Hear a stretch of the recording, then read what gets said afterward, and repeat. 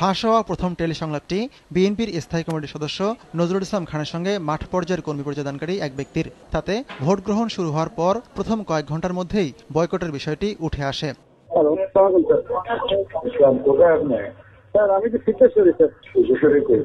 আমি তো নির্বাচনের দিন 11টা-10টার দিকে যদি আমাদের নির্বাচন বয়কট করতে হয়, সেক্ষেত্রে একদিন আগেই উইথড্র করলে তাহলে আমলিগি মাঠে মারামারি করে বিশৃঙ্খলা করবে। আমাদেরকে সুযোগ কোন ভাবে নেবে, এভাবে তাদের ম্যাডামকে পরামর্শ দিয়ে আমি মনে করি যে এটা যোগ উপযোগী ডিসিশন নেওয়া দরকার।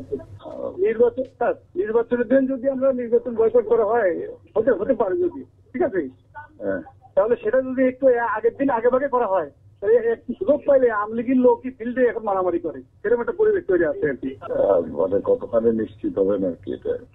100% কোটি %। আমার মতো এরকম রুট লেভেল কর্মী স্যার, ফিল্ডের একদম এটা পারফেক্ট নিউজ এটা একদম। ফাঁস হওয়া দ্বিতীয় টেলিসংলাপটি স্থায়ী কমিটির আরেক সদস্য ব্যারিস্টার মওদুদ আহমেদের সঙ্গে বিএনপি চেয়ারপারসনের বিশেষ সহকারী শিমুল বিশ্বাসের। এই কথোপকথনে জানা যায়, শিমুল বিশ্বাসকে অপেক্ষায় রেখে মওদুদ ভোট বয়কটের ব্যাপারে তাবিদ আউয়ালের সঙ্গে কথা বলেন। হ্যালো শিমুল, স্যার কার সাথে কথা বললেন? আমি তাবিজের সঙ্গে কথা বললাম। ওর আব্বা বললো উইথড্র করে ফেলে। না, ওর আব্বার কথা তো উইথড্র করবো না। ওর আব্বার কথা উইথড্র করবো, ওর আব্বার কথা আমরা একসেপ্ট করছি না। ওই নাগরিক কমিটি এবং আব্বাস ভাই উইথড্র করার কথা বলতে সবাই বলেছে। তারপরেও একটা কথা থেকে যায়, তাবিদ তো ক্যান্ডিডেট, তাবিদও একই মত, কিন্তু ও বলছে আমাকে একটু সময় দেন, আমি কল ব্যাক করছি আপনাকে।